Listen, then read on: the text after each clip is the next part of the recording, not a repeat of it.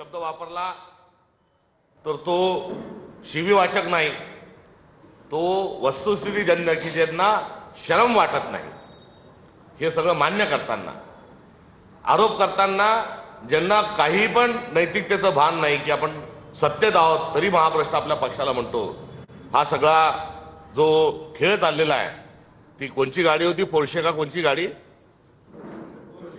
त्या गाडीने जसं धडक दिली आणि नंतर मग आरोपीला सोडवण्यासाठी जसे सत्ताधारी धावले, तसं आता हे या प्रकरणातून अजित पवार हे लोकशाहीला त्यांनी धडक दिलेली आहे आणि लोकशाहीला धडक देऊन त्यांना चिरडून टाकण्याचं काम हे अजित पवार करत आहेत.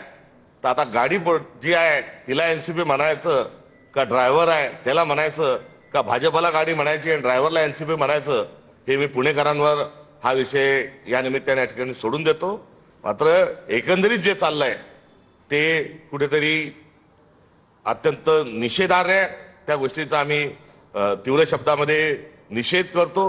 पुणे तिथे काय उणे, हे महाराष्ट्र नव्हे, भारत नव्हे तर जगात ख्याती असणाऱ्या पुणेकरांनाही या निमित्तानं पुणेरी पण महाराष्ट्रबाणा हा जपला पाहिजे आणि अशा एखाद्या रंग बदलणाऱ्या प्राण्यालाही लाजवणारे जे बहुरूपी या गावामध्ये जे फिरतात आहेत आणि हे बहुरूपी फिरत असताना आमिष वेगवेगळे दाखवतात आहे आणि आमिष वेगळे दाखवत असताना पैसाही मोठ्या प्रमाणावर वापरतात आहे, गुंडागर्दी वापरतात आहे. पुण्याला सांस्कृतिक शहर म्हणता म्हणता कोयता गँग सारखे शब्द ऐकावे लागले. पुण्याला सांस्कृतिक शहर म्हणता म्हणता ड्रग्सचं महाराष्ट्रातलं हब इथपर्यंत चिंताही व्यक्त करावी लागली. आणि आता जर असे सत्तेचे सौदागर हे संस्कृती विकत घ्यायला जर निघाले असतील तर या निवडणुकीमध्ये या दोन्ही पक्षांना बाजूला सारलं पाहिजे. हे साकडं देखील आम्ही पुणेकरांना काँग्रेसच्या माध्यमातून या ठिकाणी घालत आहोत. या निवडणुकीत महाविकास आघाडी म्हणून पुण्यामध्ये सोबत येण्याचा प्रयत्न झाला. आम्ही तुतारी सोबत जाण्याकरता तयार होतो, मात्र ती पार्श्वभूमी आपल्याला सगळ्यांना माहिती आहे.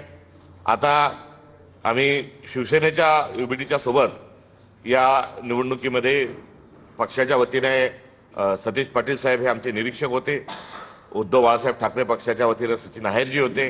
यांनी या शहरामध्ये एकत्र येऊन ही निवडणूक लढायची जरी ठरवलं असलं तरी काँग्रेस मोठ्या आशेने आणि मोठ्या आक्रमक पद्धतीने या निवडणुकीला पुण्यात सामोरं जात आहे. पुण्याचं असणारं जे गतवैभव आमचं आहे त्या दृष्टिकोनातून आमची निश्चित स्वरूपात कूच झालेली आहे. आघाडीमुळे सातत्याने काँग्रेस पक्षाला कमी जागा इथे लढाव्या लागत होत्या. यावेळेस आम्ही मोठ्या प्रमाणावर आमचे कार्यकर्ते मैदानात उतरवलेले आहेत. आमची नेतृत्वाची पहिली नव्हे तर दुसरी, तिसरी, चौथी फळी या निवडणुकीत आलेली आहे आणि सातत्याने आमच्यावर आरोप जरी होत असले तरी या निवडणुकीनंतर काँग्रेसचा कायाकल्प झालेला आपल्याला निश्चित दिसेल.